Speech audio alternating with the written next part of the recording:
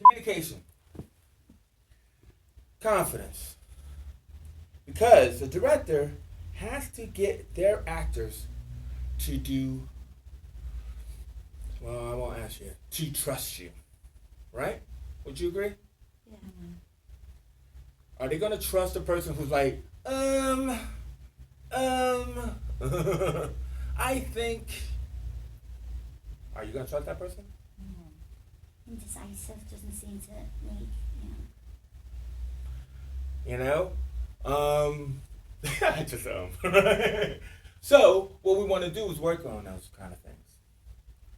Is building trust, building rapport, getting people who are willing to do things for you.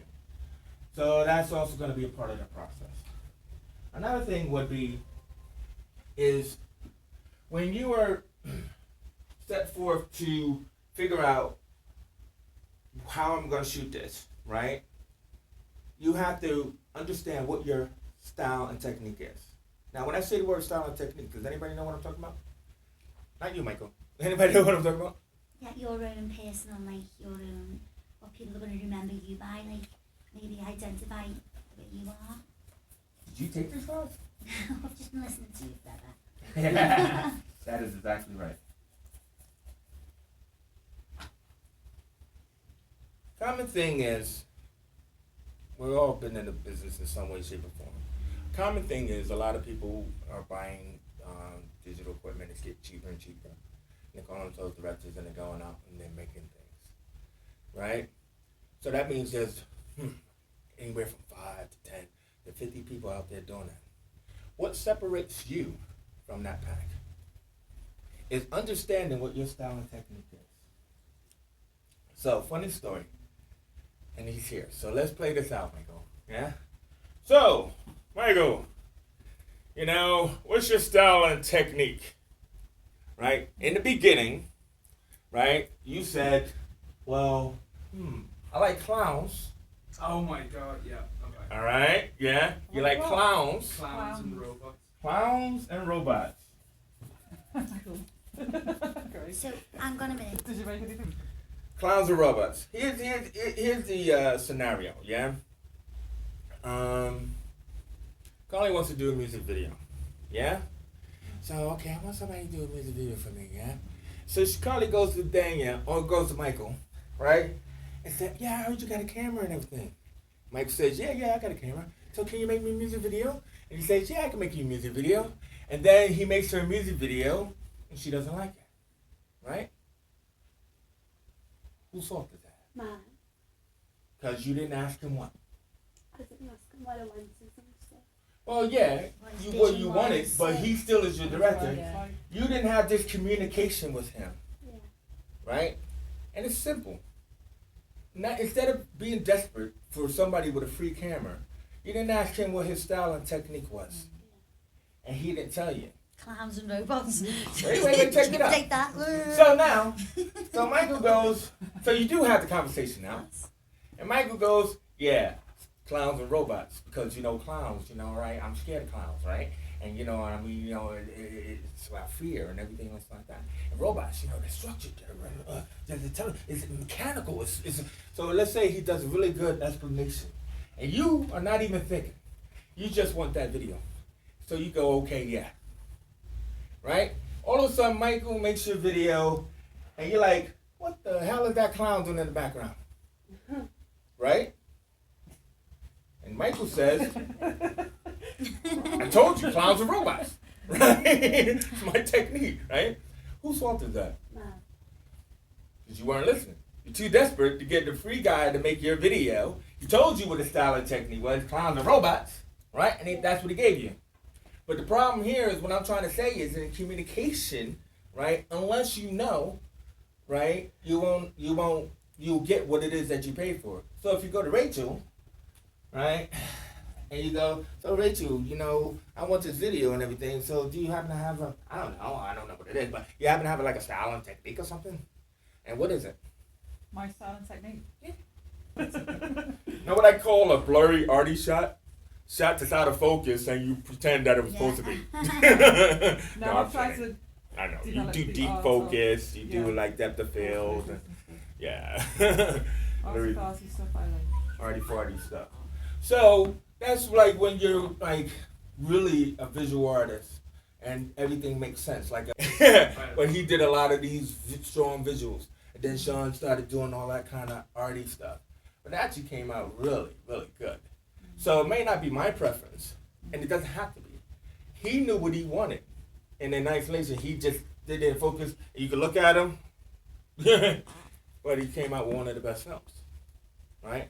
Because he was allowed to express his style and technique and to focus it into his film. Yeah?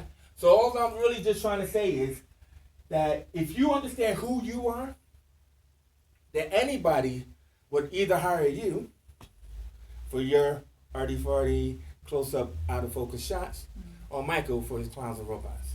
Now, Michael has changed his technique. Michael is really very good and stuff like that, you know, with his isolation shots or his wide, expansive shots. Very kind of Bertolucci, you know, as best as he can, tracking motion shots now. So the point is, it took him those 10 weeks to figure that out. And he made his mistakes along the way. And then making it, that's the whole point of this course. And finishing the overview, before I go into what we're going to do, is think of this learning as practice, right? You are not messing around with anybody else's money. This particular course, forget that it says for beginners. What it really means is that this is filmmaking for yourself. It's filmmaking for you to identify your style and technique. It's filmmaking for you to be able to explore who you are and what kind of films you want to make. And that's what this course is about. So because you got 4 to 5 films, preferably 5, by the end of that, you will know what your style and technique is. So in the beginning, I will ask you, hopefully as I went over it, I'm going to come to you individually and ask you what your style and technique is. So you will begin with one, just as Michael did, and you will change it after your first film. I'll probably be clowns and robots by the end. You're liking that one, aren't you? And I just want to ask Don't a steal question. mine. Yeah. You know, you said, Trademark that. yeah, I know you was a clown and robot guy. You know when you've got like style and then technique and then you've got clowns and robots, does that mean he's into clowns and robot films? I don't really get what you mean. Right. So what it is it's kind of like trying to encapsulate everything into like a form of simplification. My style and technique would be shadows and comic books. Right? Okay. Now, you say, what does that mean? So I could easily explain mine. So style is visual, it's visceral, it's what things look like. So in all my films, if you actually look at all my films, you will see some form of shadow effect, which means my love, that's how you think about what your style and technique is, what you love most, is film noir. Right? Film noir, I just love chiaroscuro lighting.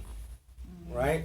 And there's also a video that I could put on there for you to look at for yourselves, right? About shadows and light and darkness. And I just love it when something is lit one way in this foreground and a different way in the background. So shadows is the best way of looking at that. But also, as I moved on, I couldn't do everything in black and white. So when I was shooting in color, then I took on what was called like a neo-noir, or what I called two-tone lighting. Because I need my own words for things. It has to make sense for me. So two-tone lighting would be always, in all my films, there would be like, say, different colors. Like, so there would be like an orange and a blue, or a green and a red. Or, you know, I mean, in the same shot.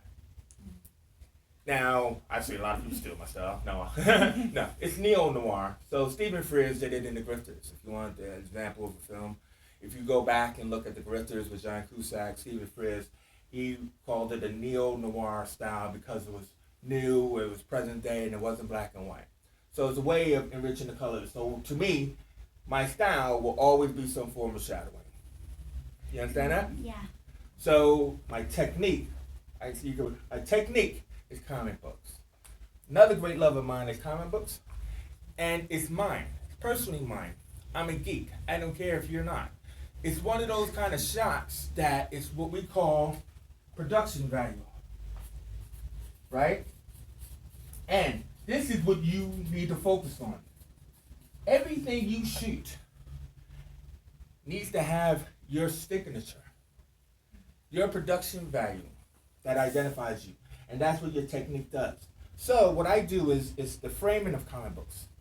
So because I'm a big Marvel and DC fan, and I go back years, gray hair and all, right? It would be all about that there'll be a shot that'll be like a panel. So for me, a famous shot that most people probably know is when Peter Parker gives up being Spider-Man.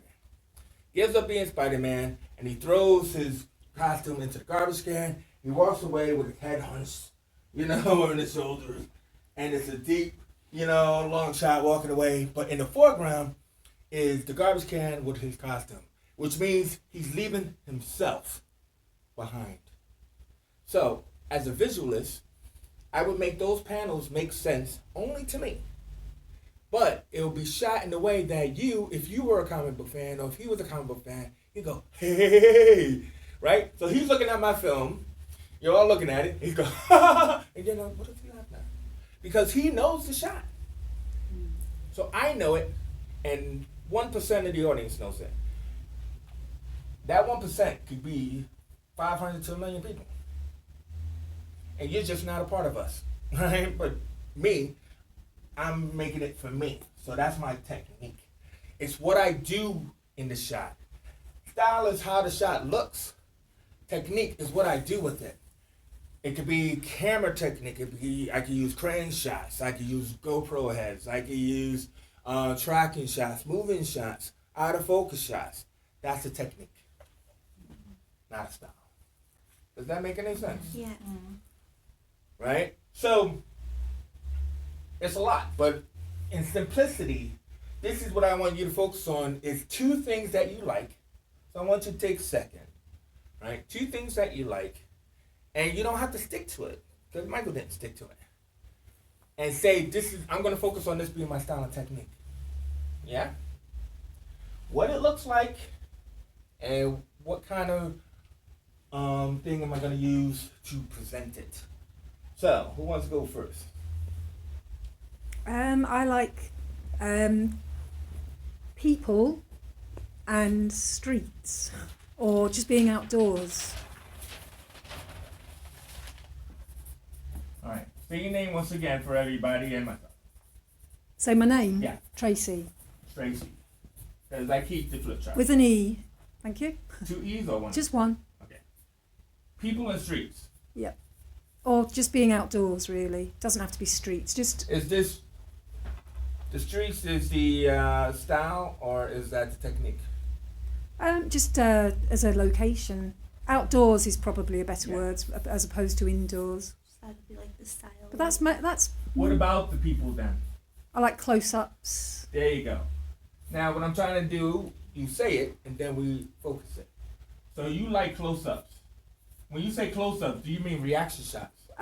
Just so you can see the expressions, really. Well, where do you think you see the expressions?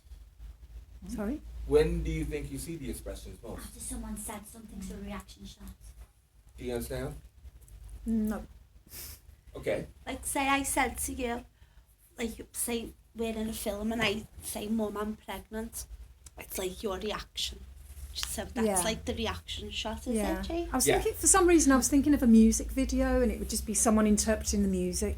That's Yeah. what was in my head, to be honest. That's great, but see, what's good is that I'll give you an example. I watch a lot of movies and TV, as you can tell. There's a great show, right? I'm going to suggest you to, and I'll probably put a clip on. See, because as I get to know you, right, I will put videos on, so please communicate on that page. American Crime. Anybody seen it? Does that have a celebrity every week? Or is that No. Empire? No, I love it was a Empire. drama that was in America last year. It should be on here now, right?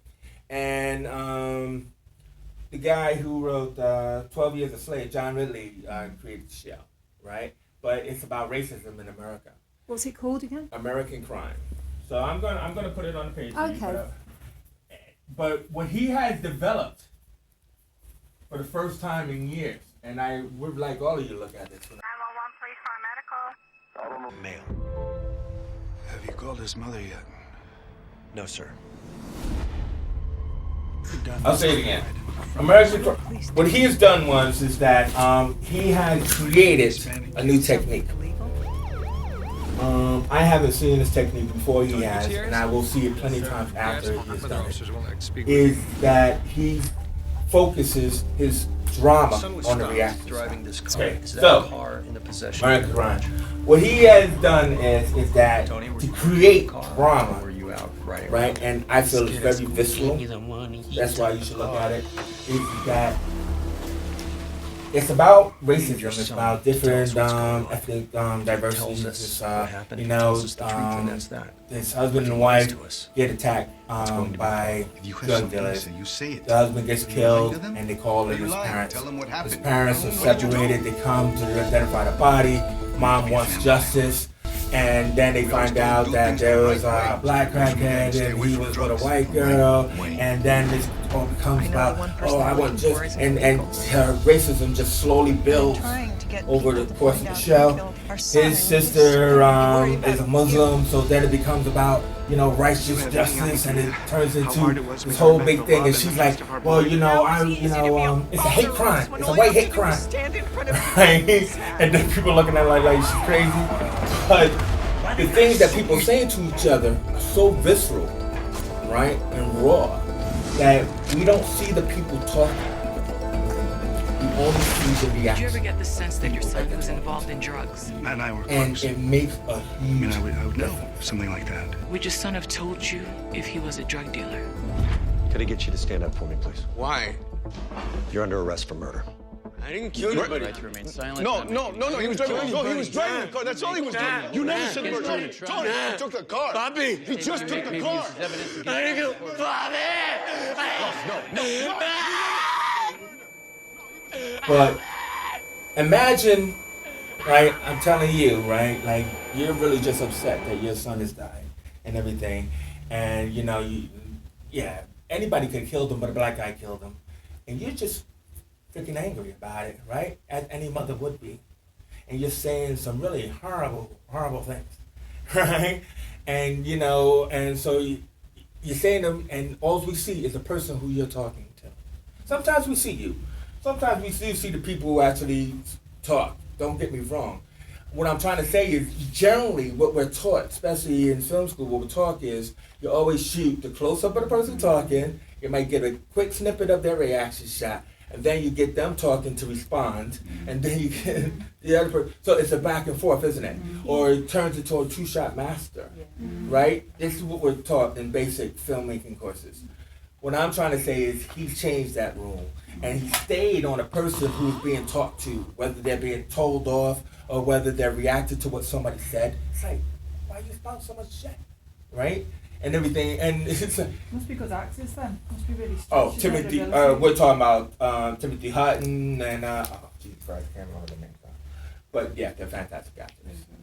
Yeah, but I will put it on. But American Crime is the name of it. It's 10 episodes and everything, but it's really powerful. So Tracy, back to you. Sorry.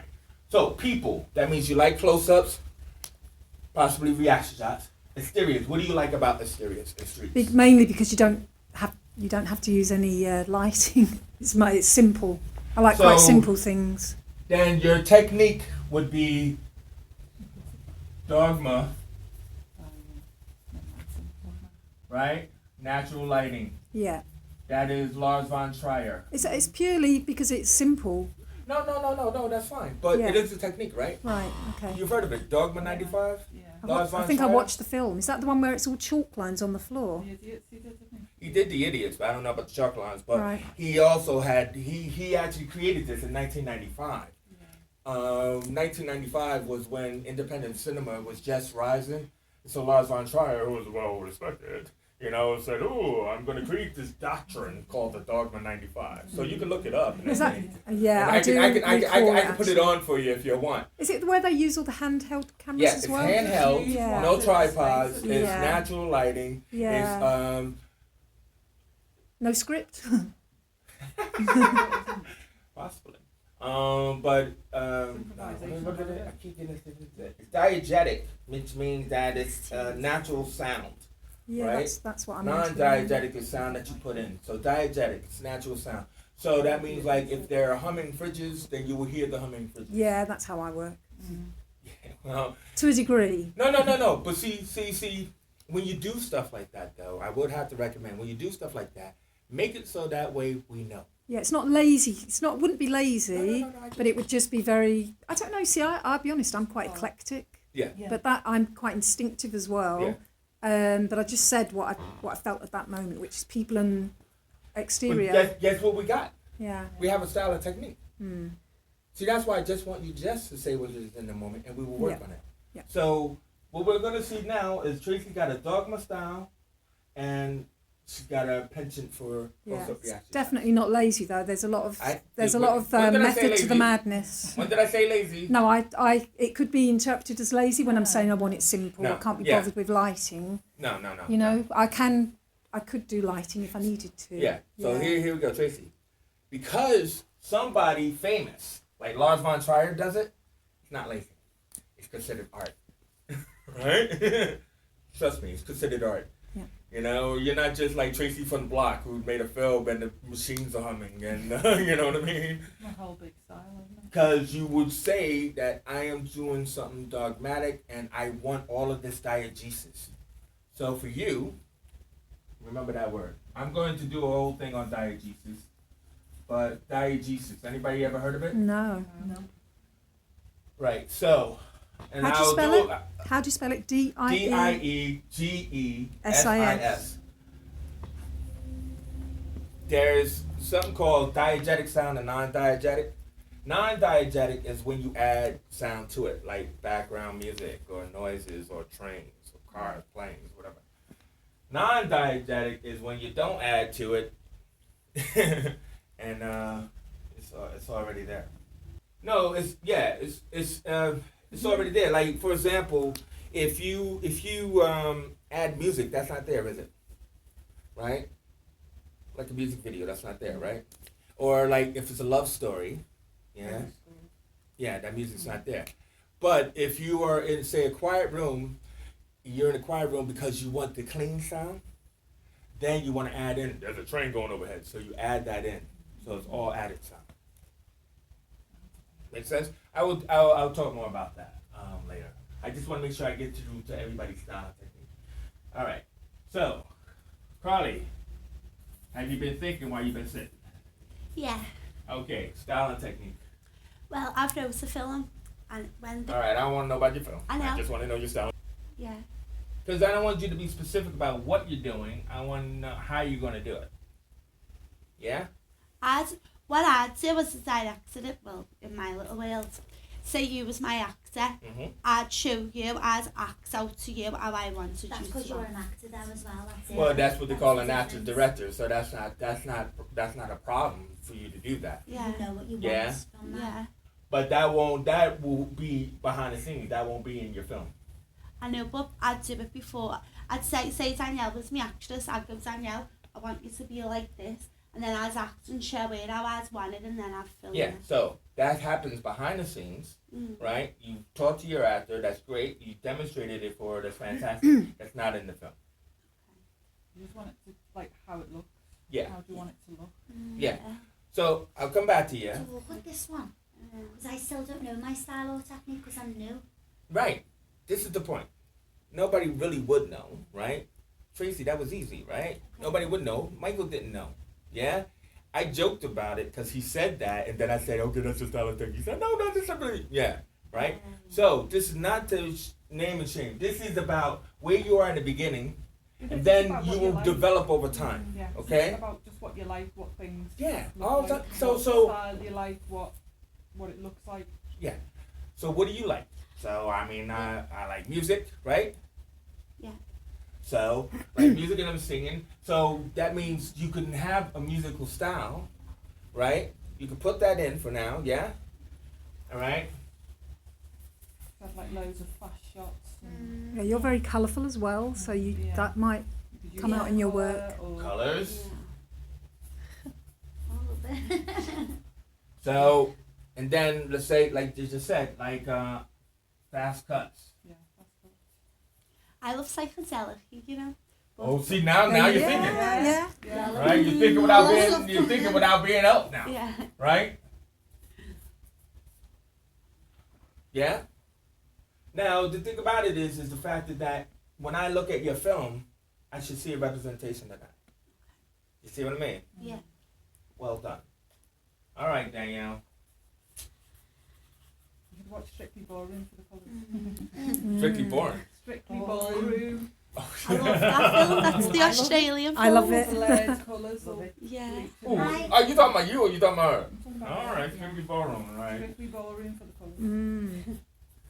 And Now just realize that what I'll end up having to do is find a clip from Strictly Ballroom and put it on there so that way you can see what Rachel's talking about.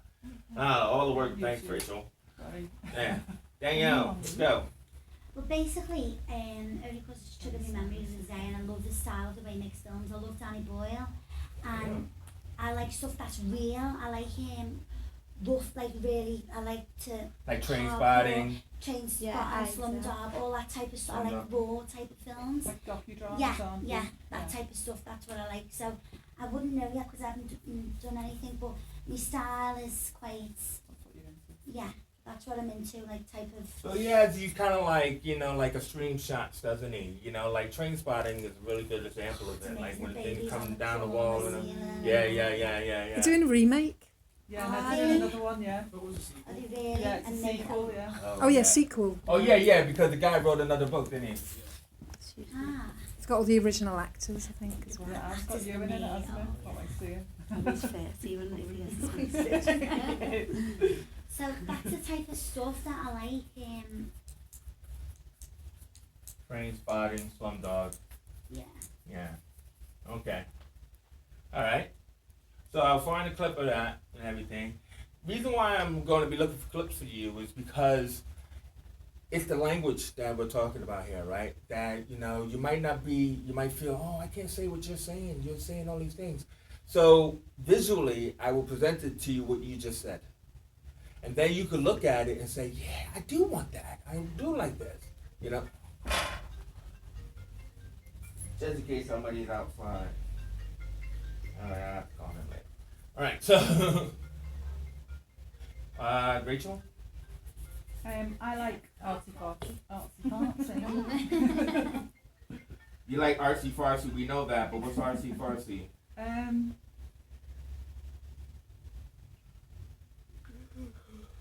I mean, can you give artsy fartsy a word? Like, you said out of focus, didn't you? Yeah, like. Well, you I said like blurred. extreme- Let's not say out of focus. You said blurred, right? Blurred, it's abstract. Yeah. Abstract blur. Yeah, and I like extreme close-ups. There you go. Abstract blurs. Extreme close-ups. ECU. Yeah. They're not letting go. Yeah, I know, right? I like all that Maybe kind of realize it. pull and focus thing and. Color focus? Pull and focus. Oh, pull and focus. Yeah. Yeah, more technical, isn't it? Yeah, that is a technical technique thing. I also like film noir. I like the. You like film noir, yeah? Yeah. Somebody's in love. No, it's somebody for the night class, and it's the daytime. It's one of those phones that you turn over and it goes off. I mean, class. That's what I do. Okay, fine.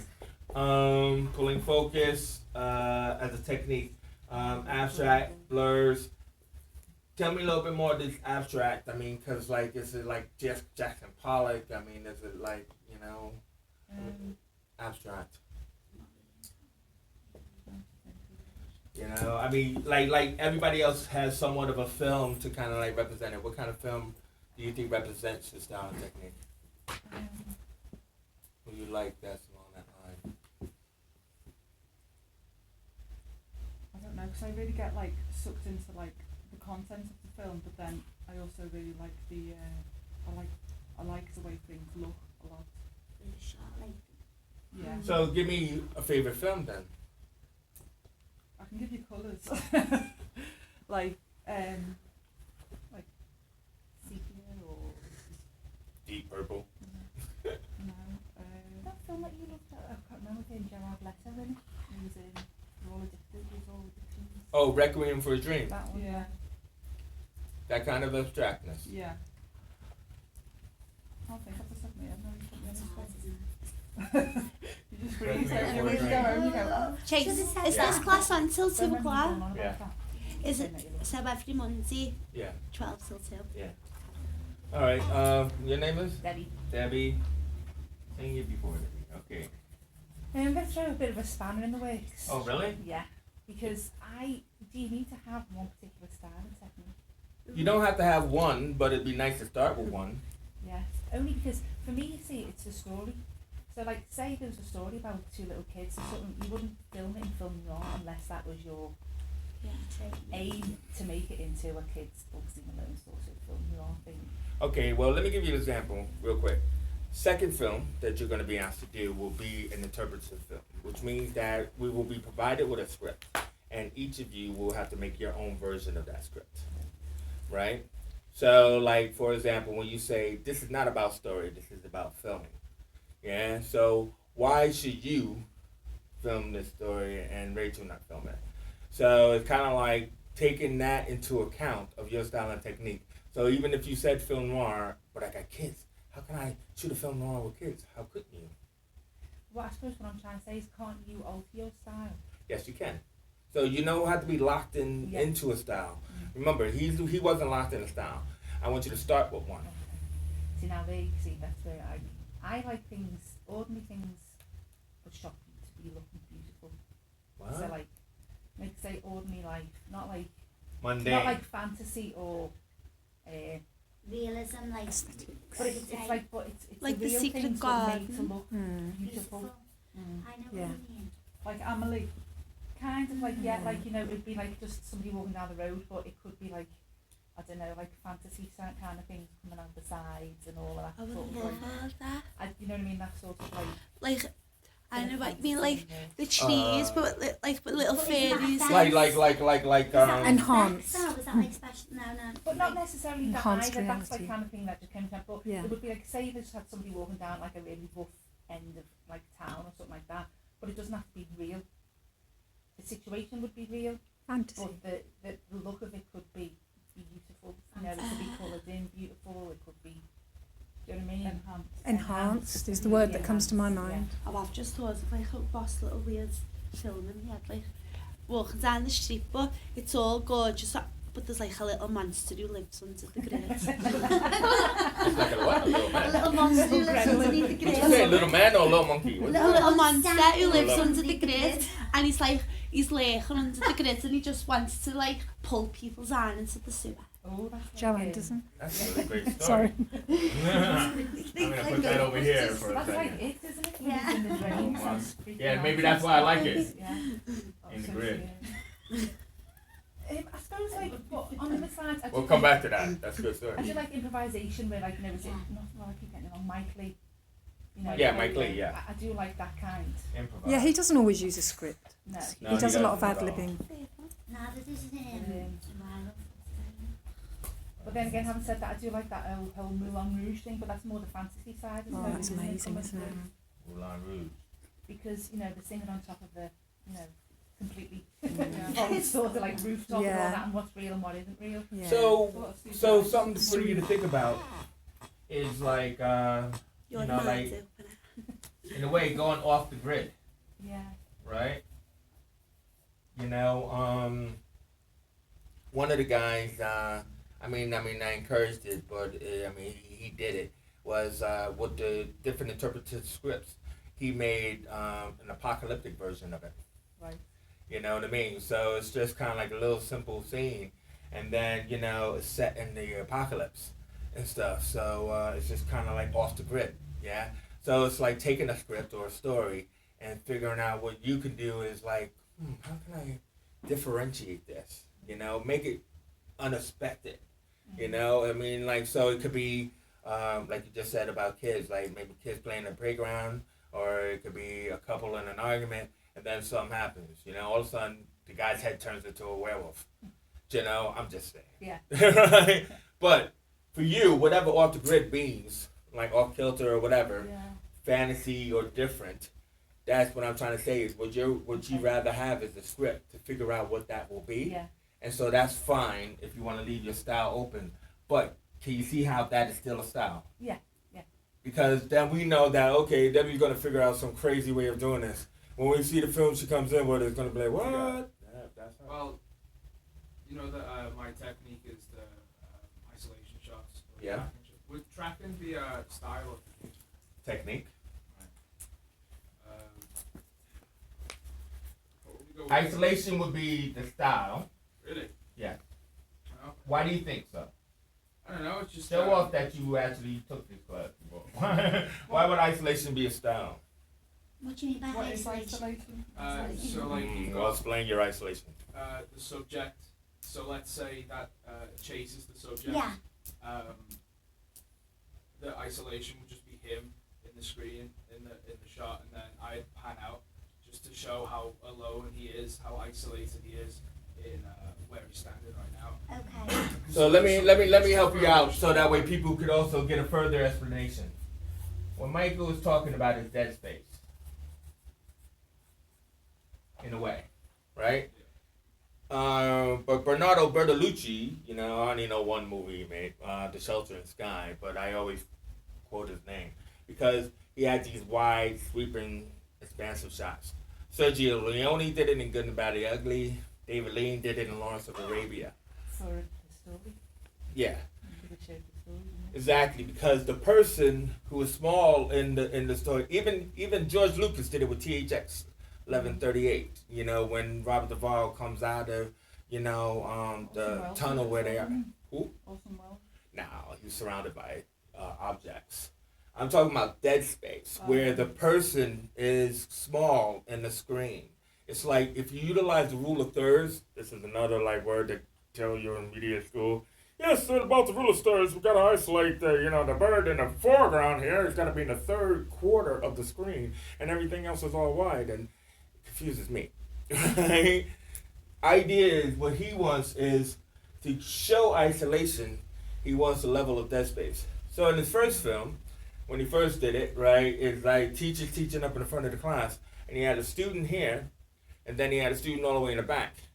And there was no other students in the class, right? And it was on purpose to show this kind of like wide isolation sense. Mm-hmm. And then after you did that, then you moved on from that, and then you say, oh, you know what, actually I like these tracking shots.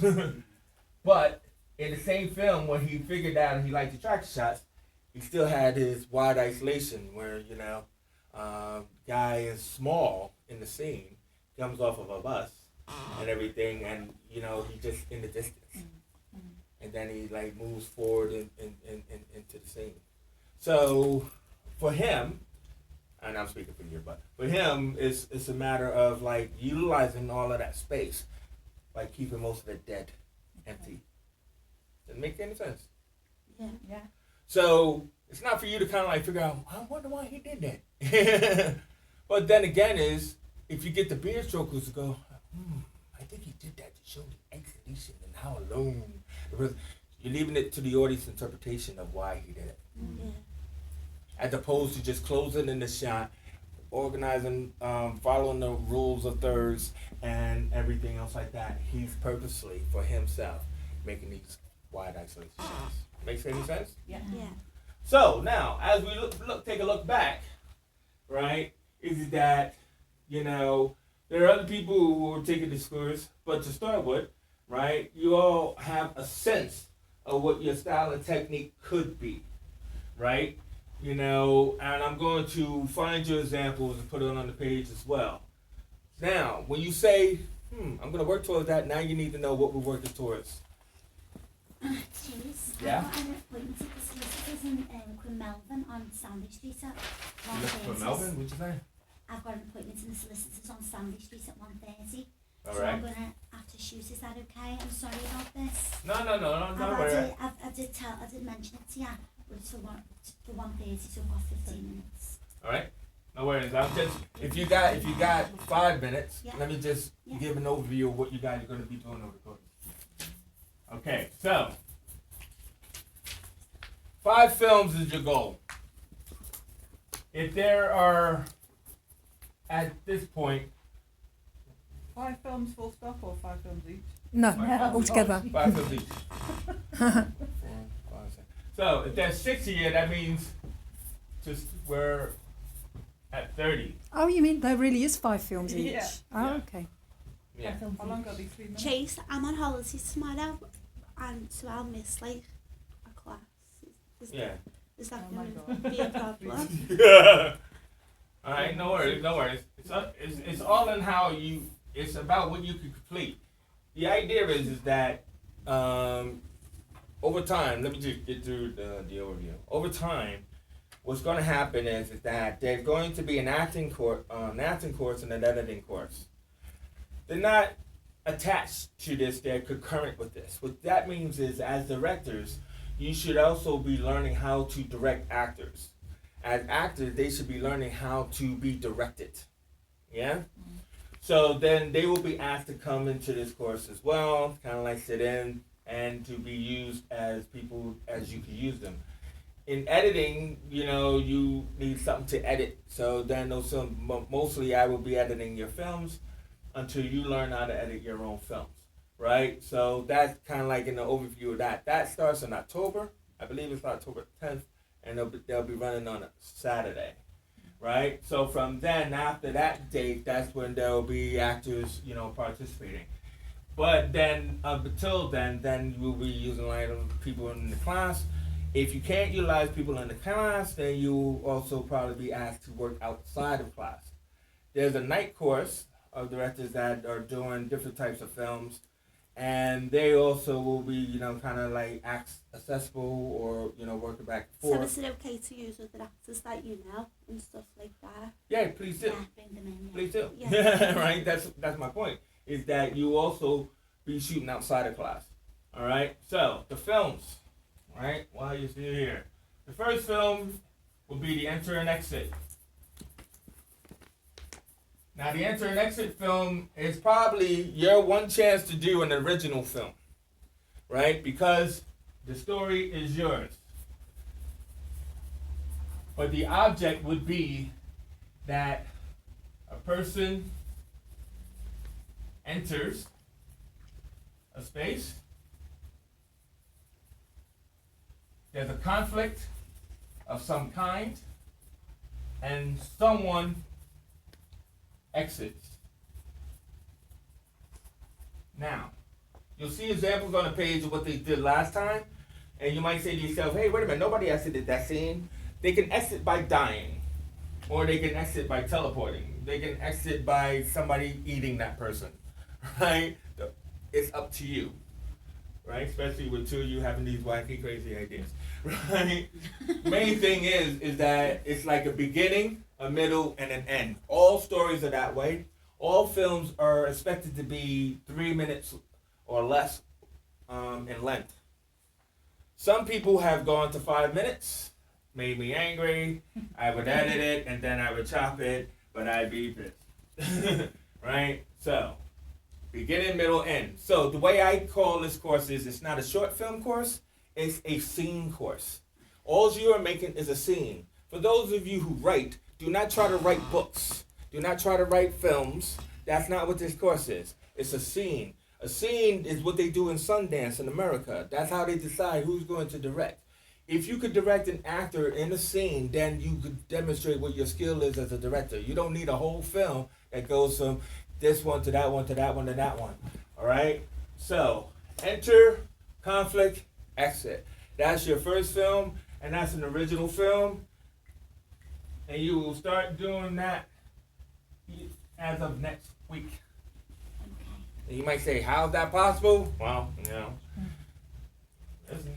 Then there's going to be the interpretation film. For the second film.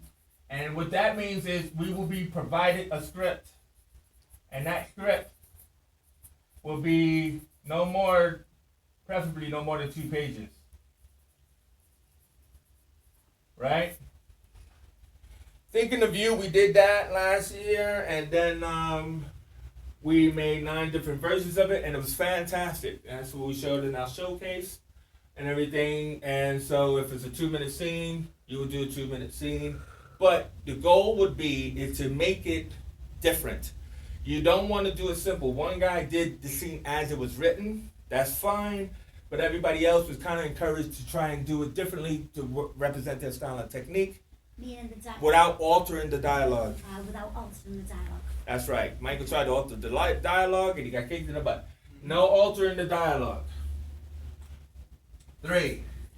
The homage film or homage. This is your favorite scene. Right? So you pick a scene. You don't write a scene. You pick a scene, right? And then you replay that scene. You use actors and you use what we call found elements. Found elements means like if you were shooting in here and it was set on a boat, then you try to make this look like a boat. You know, because it's generally between two actors, whatever that scene is, right? It really doesn't matter if you're in a theater. It shouldn't matter if you're on a boat. You got the scene. I should recognize the dialogue and the mood of the scene and everything, and you should be able to pay homage to that scene. Everybody understand that, right? Yeah. 4. 4 is the emotional impact, also known as the ending scene. Again, you pick an ending scene from a film, but you pick one that has an emotional impact. If a film does not leave the audience feeling some type of emotion, then they fail. And that is why, if you've been to New York or you've seen the movies, every horror film is great for the hour and 20 minutes. If it ends poorly, the whole audience says, "Oh, what a piece of crap!" Yeah. Hold on, man, you jumped, you scared? I really thrilled you for an hour and 20 minutes. I don't care, it's crap. Because the ending was shit. Yeah. So, what you would do is, what this ending is, it has to be a voiceover, that scene. We will use the voice of the actor from the movie. We use the music, but you will make the scene whatever it's going to be. Do you understand what I mean by that? No, could you elaborate a little bit more? Okay, so that means like we did Shawshank Redemption. Morgan Freeman, God, I love him, right? And that was Morgan, right? Morgan, when he goes to find Tim Robbins, right? He gets out of jail. He decided to like break parole, and he goes on the journey to find Tim Robbins on the beach. And by the time he gets there, he's got no shoes. And then he's been on this little journey. And Tim Robbins is like just rubbing a boat. He just like, as if you've been there for years. Same boat, same boat. And then he goes, oh my God, oh my God. Yeah, anyway, that was my poor attempt at that. So we did that. And it felt good, didn't it? It was really good, yeah. Yeah, it felt really good. Because we had no boat, we had no beach, we had no Tim Robbins. How did you create that? No, we had 2 actors, and we shot it in the back alley out there. Yeah. We exchanged the beach for an alley. Yeah, for an alley. Literally the alley behind the building. And because our director had wide isolation shots, I got off a boat right there outside the Millennium House. You'll see it. It'll be on the page. But not with the script of, obviously... No, it is the script. Morgan Freeman is still doing a voiceover. I said, you're using the voiceover and the music. And you pretended to be Morgan. Yeah. I love it. Anyway, my point is... that was basically what it was. It was the voiceover was going on in the background, whereas I was directing the actors to basically recreate what they've done. Okay, alright, I get it. But his shots have to create the same emotion.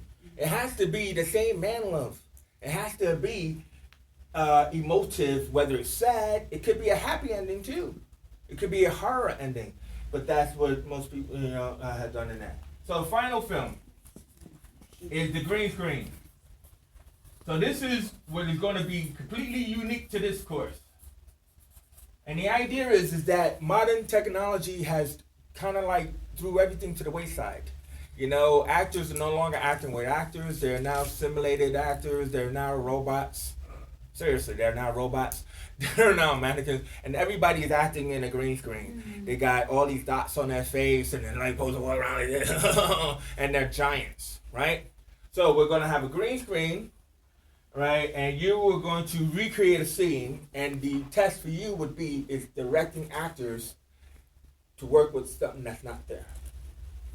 Like, you know, Elvis on the stick. Hey, look, so what that is a dinosaur, and his face is like right about here, right? And it's about helping the actors focus.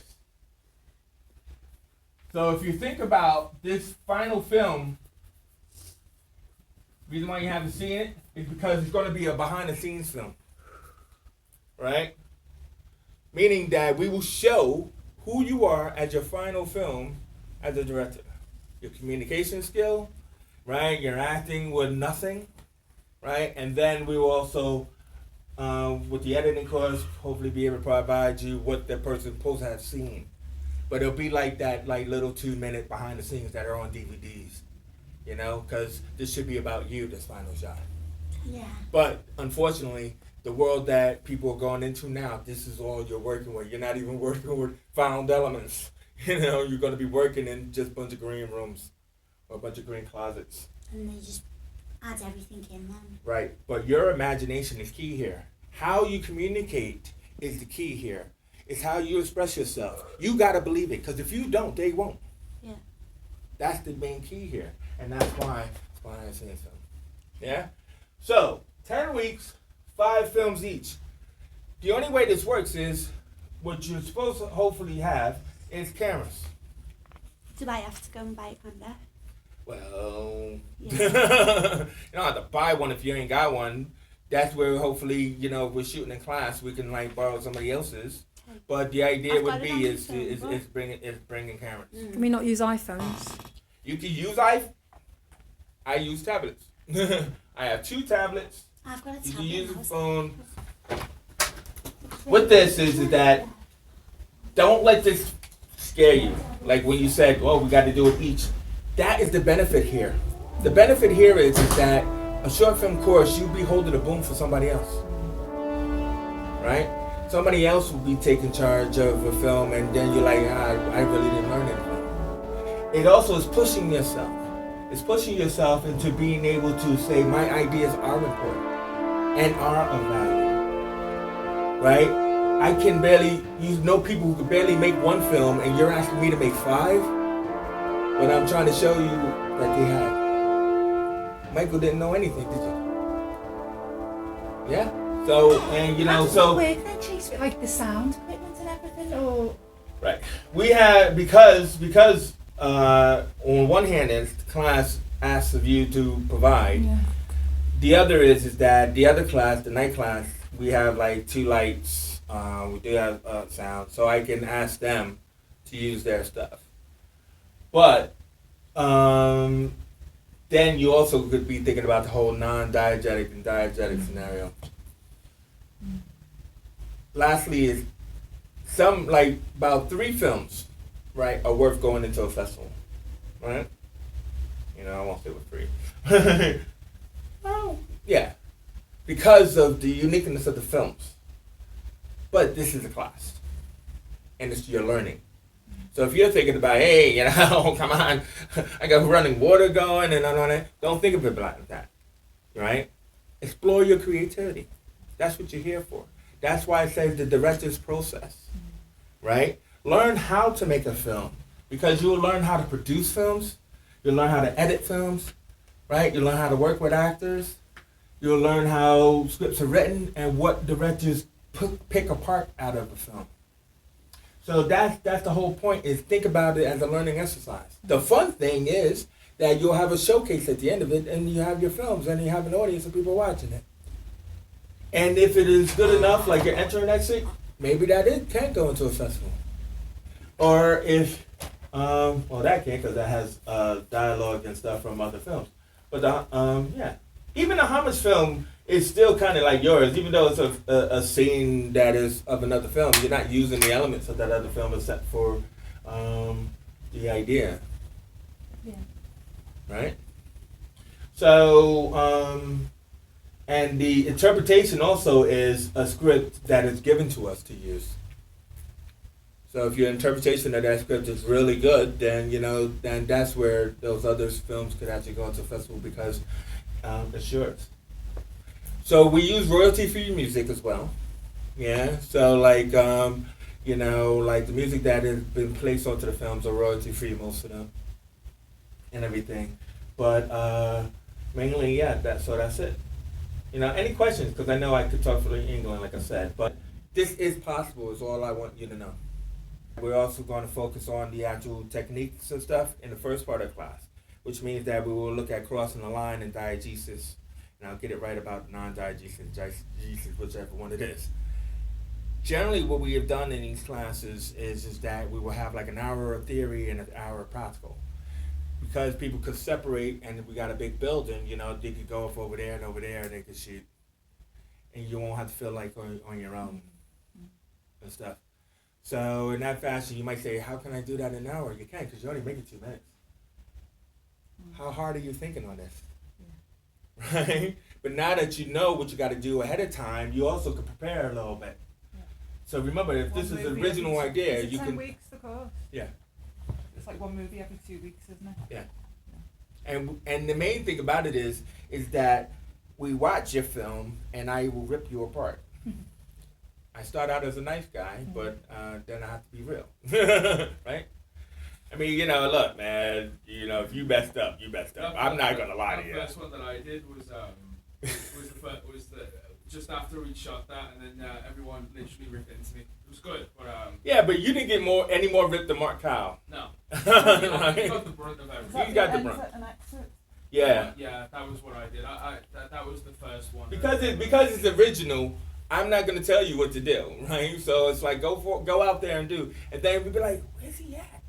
Right? The thing is, you've got a good technical team around you. It can make a bad director look almost good. Well, that's what the thing about editing is. That's why when Rachel asked me about editing, like that's why I asked the WA to set up an editing course because, yeah, I can edit your films. I can put color on it. I can put all kind of effects and sounds on it and everything like that. But that's something that you want to learn for yourself.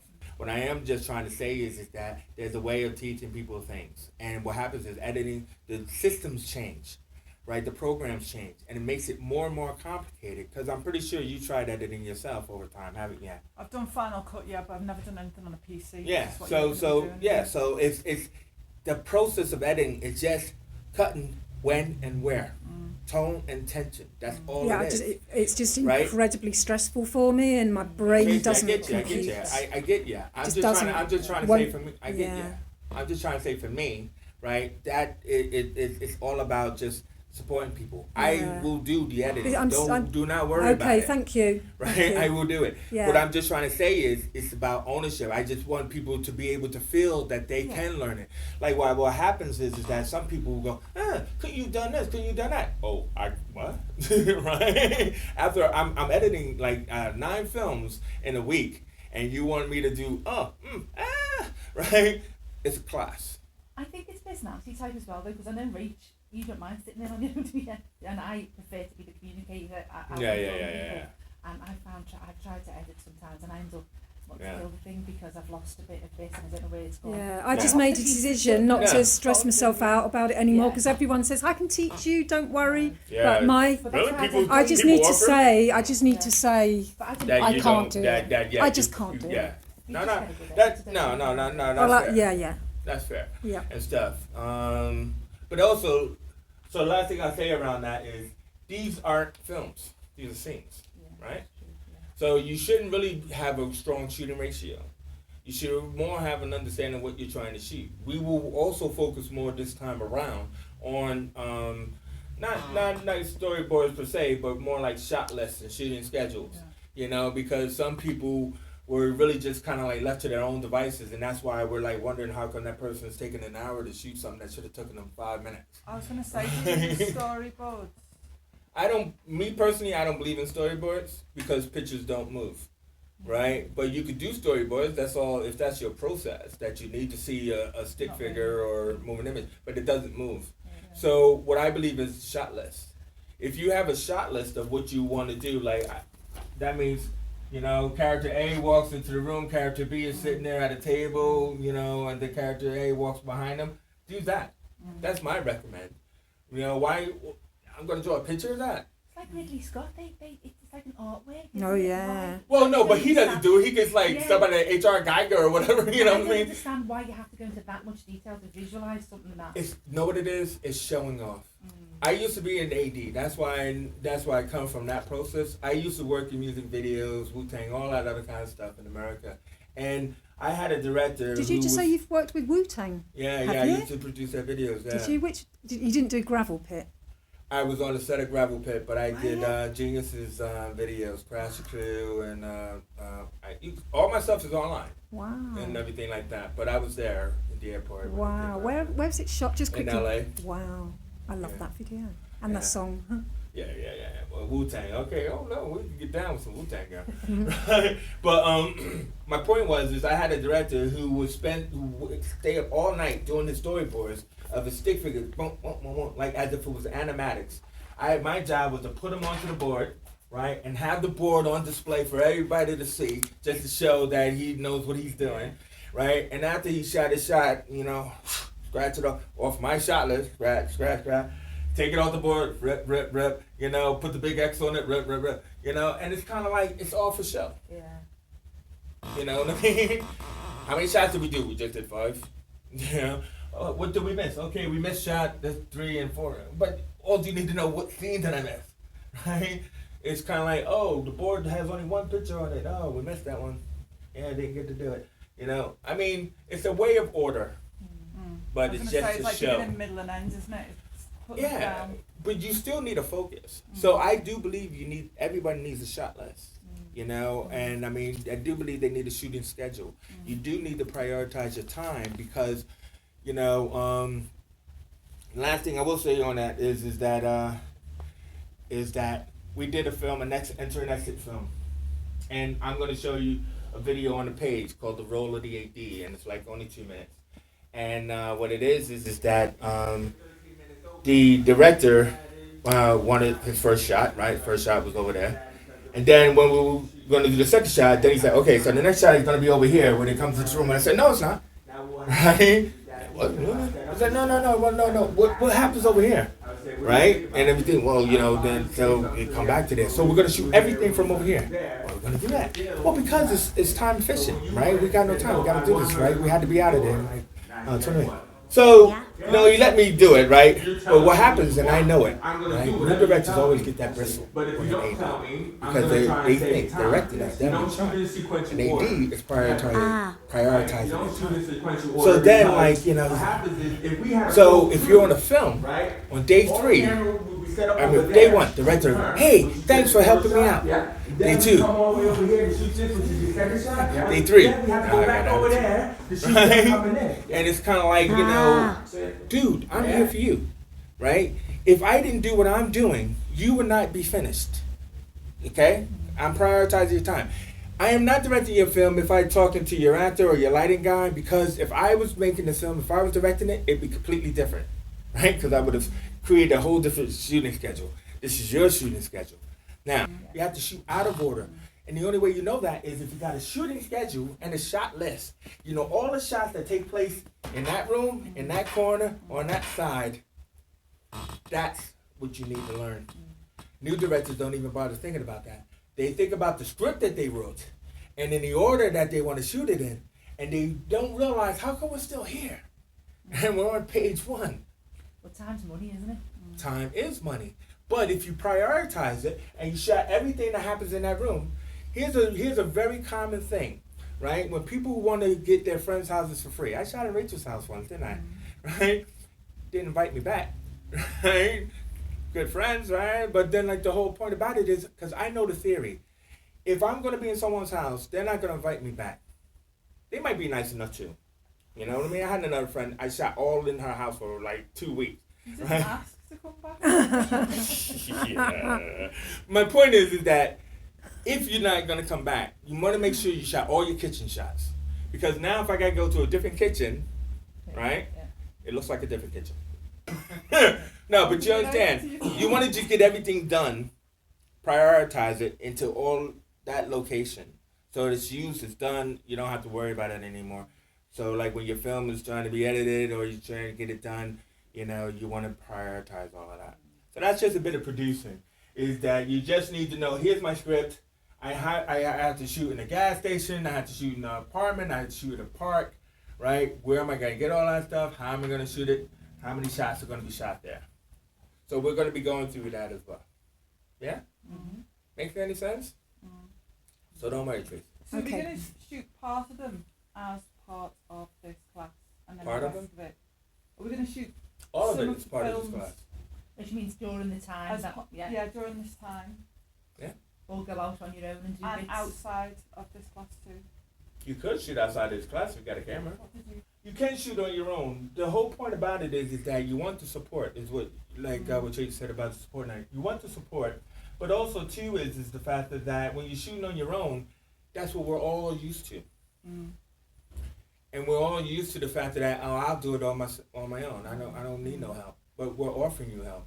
Yeah, that was the best thing about it was because we had 5 films going on at once. Yeah. You could see what everyone else was doing, and you could use that as an example for what you had to do next. You learn from their mistakes as well as your own. So it really just Everybody had a mark out. everyone eventually did that one film that was just terrible, but everyone else learned off it and just You've got to make it's all mistakes, about haven't you? learning. Yeah. How to do And the stuff. thing about it is that, this building has like about 3 floors. And then we went out like around the back as well. We got a big basement downstairs. The basement's amazing. There were so many places. Yeah, but they cleaned it up a little bit now and everything like that. But but yeah, so that's the great thing about the space is that you have all of these different areas, to kind of like utilize. But if you if you really wanted to shoot in your house and you got a camera, you got actors, then do it. If you know what the remit is, then do it. I mean, I'm not going to stop anybody from shooting outside of class. But it will be brought into class, and then it will have that constructiveness to it. The constructive criticism to it would be that, okay, that could have happened, or that could have happened, but it'd be past tense. So let's say Markel, I keep using him as an example, is that I'm going to put it on tape. His first enter and exit, right, he was sent out of the room, right, and everything. He went over there, he had 2 people and everything, and because the other director went out of the room and he took an hour, right? So then Markel just assumed, I'm going to have to do this really fast. So he went in and did maybe 1 or 2 takes and everything, but he really just shot everything from one side, right? And there was no close-ups, no reaction. Didn't He just shot end the up scene. doing one master of the 2? Yeah. And it was from behind the chair as if the guy was spying on these 2 women or something like that, Anyway, so then when he got the criticism, then he was like, I want to redo it. No. You do it on your own, but not in this class, because we had to complete all these different films. Mm-hmm. So one class I didn't make. So what did he do? Try to reshoot this film, right? Now, they said to me, I'm going to reshoot this. He picked 2 different actors, right? Shot in the same room, but from a different angle. Mm.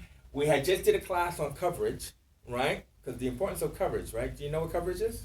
Coverage is about, let's say if you have a conversation between 2 people, right? Let's say Hitchcock's famous story about the bomb under the table, right? Everybody heard it? All right. There's a bomb under the table. He said, you can have a mundane conversation talking about the weather, right? And that's boring. This is what Hitchcock says. But if you put a bomb under the table and let the audience see it, then the audience's reaction to it is stop talking about the weather. There's a bomb under the table, right? So they're enjoying this conversation more. Coverage is shooting the bomb under the table. So it's kind of like shooting another shot. And that's and you always have to make sure that whatever you're doing, give yourself some coverage. Point at something else, especially for editing, if you're shooting with one camera. You know what I mean? Give yourself something else that's in the room that the audience can see that you could cut away to. So I explained that in the class. Markel goes in, and now instead of his 2 takes, he shoots 10 takes of this scene.